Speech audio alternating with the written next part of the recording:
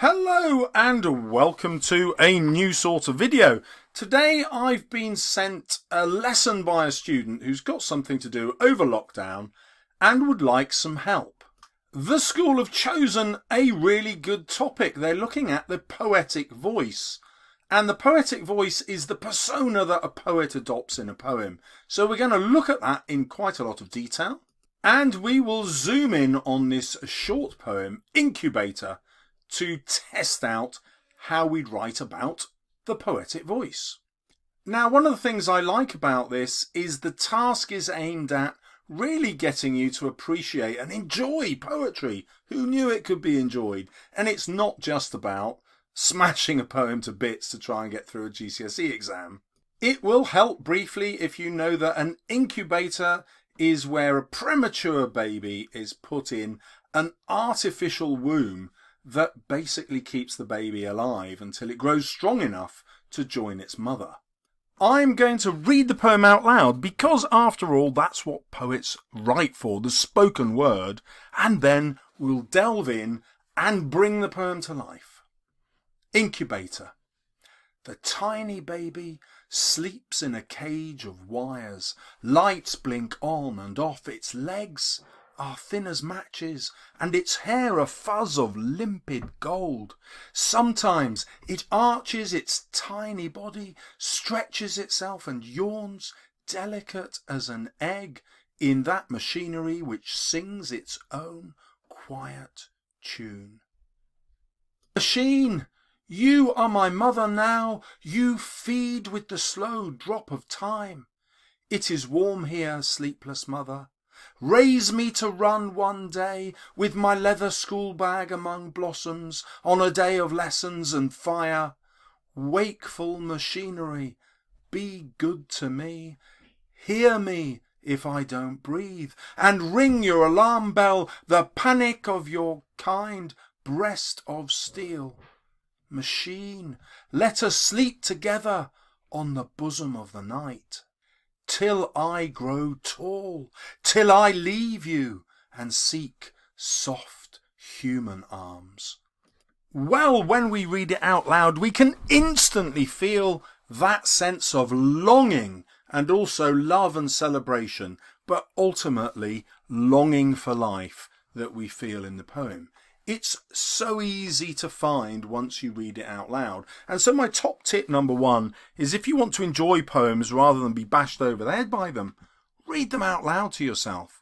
The first 4 couplets highlighted here are a perfect description of a baby inside an incubator. It's equally balanced between the description of the tiny body and the machine that holds it. But then in the rest of the poem, the baby has suddenly developed its own voice and sees the incubator in a totally different way. And that's what poems do. They try to get us to see the everyday things in totally new ways, so that they are new, so they're special and surprising. Now, the best way to think about a poem is not about the poet's techniques. First, just pick on things that you notice that surprise you. Then we'll work out the techniques afterwards. So I might look at the metaphor here of a cage of wires. I'm not picking on it because it is a metaphor. I'm picking on it because it's a strange description, given that the tiny baby is asleep. Who would want to be asleep in a cage, and a cage made of wire? It sounds incredibly uncomfortable. We can focus on the baby's legs as thin as matches, giving us this clue that the baby could snap at any point. And then that's contrasted with this amazing description of the hair being limpid gold. Something precious, but also metallic. Something much harder than matches. It offers us hope that this baby might not snap and die. The next couplet is totally normal. Any baby could be described this way. Now it doesn't seem like a life in danger. And then the poet zaps us with some strange juxtaposition.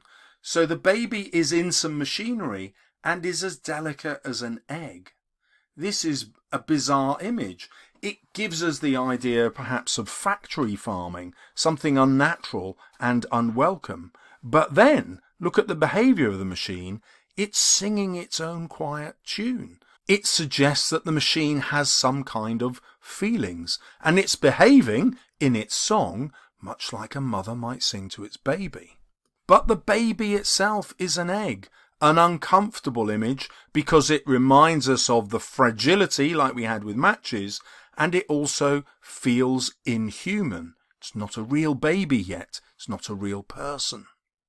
And that could be a clue as to why the poetic voice suddenly changes right here, where suddenly the baby is a fully grown person with a fully grown vocabulary, able to speak in sentences and imagine a future and understand what the machine is and what a mother is. Why does the poet do that? We don't know. Can have some guesses though. It could be to show the potential of life to survive. It could show the potential of the baby to grow into a wonderful adult. It could therefore show the wonderful relationship all babies have with their mothers. Notice there's no father in this poem. There's no male figure at all. And even a machine behaves in a female way. Now, as the baby speaks to the machine, actually, it feels like they're calling to the machine, praying to them.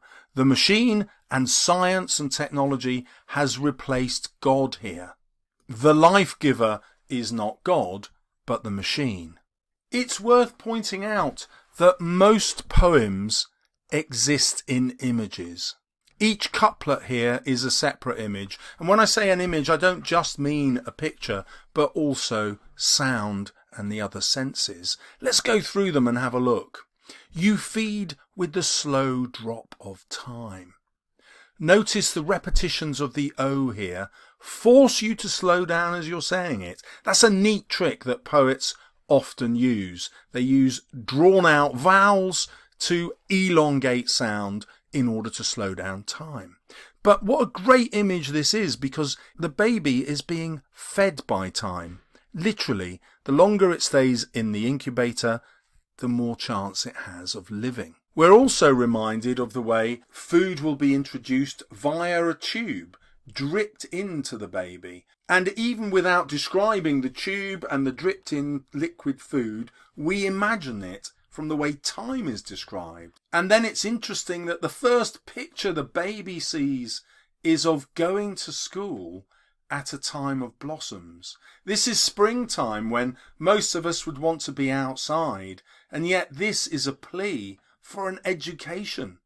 This baby imagines that education is about lessons and fire. This is a fire the reader thinks in terms of the spark to the imagination. Where did we meet fire before? We met it in the matchsticks. And so now the baby is implying that fire is an essential part of being human. Poetry is an essential way to light this fire. Now that would be really surprising to most readers who are at school, thinking, why on earth would you value education? It's an interesting question, isn't it? Education made the machine, after all, the thing that's keeping the baby alive.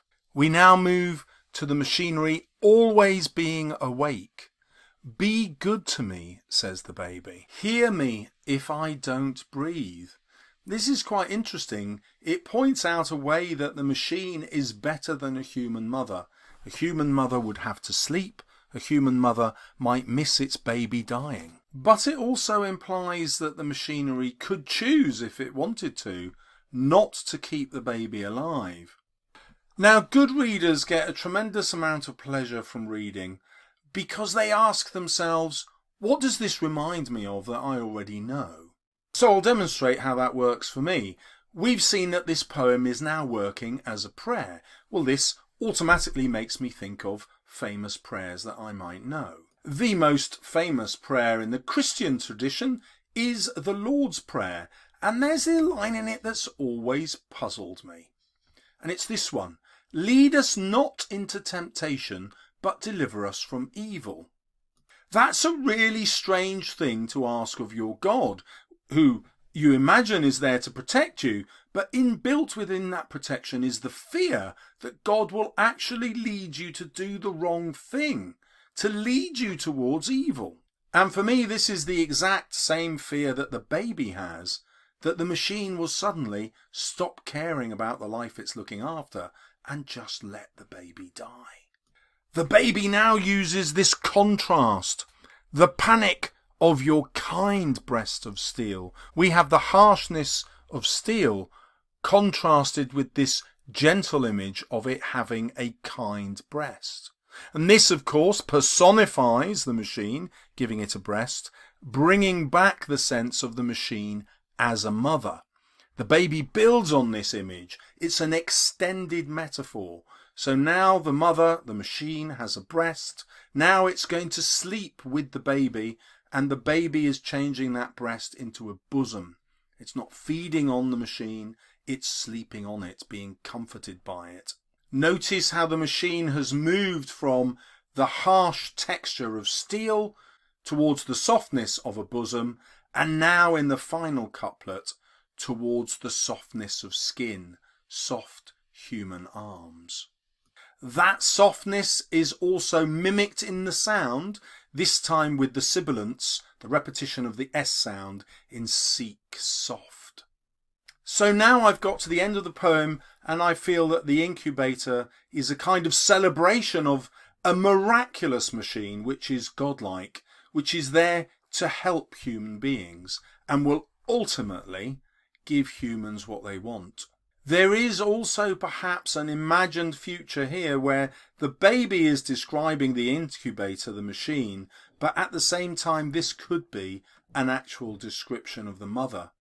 And so we imagine at the same time that when the baby is returned to its mother, it will sleep with the mother, rest on its soft bosom, but then will also grow tall, not just tall and healthy enough to lead the incubator, but in life, as you have done, grown tall, and then eventually you too will leave your mother to go where?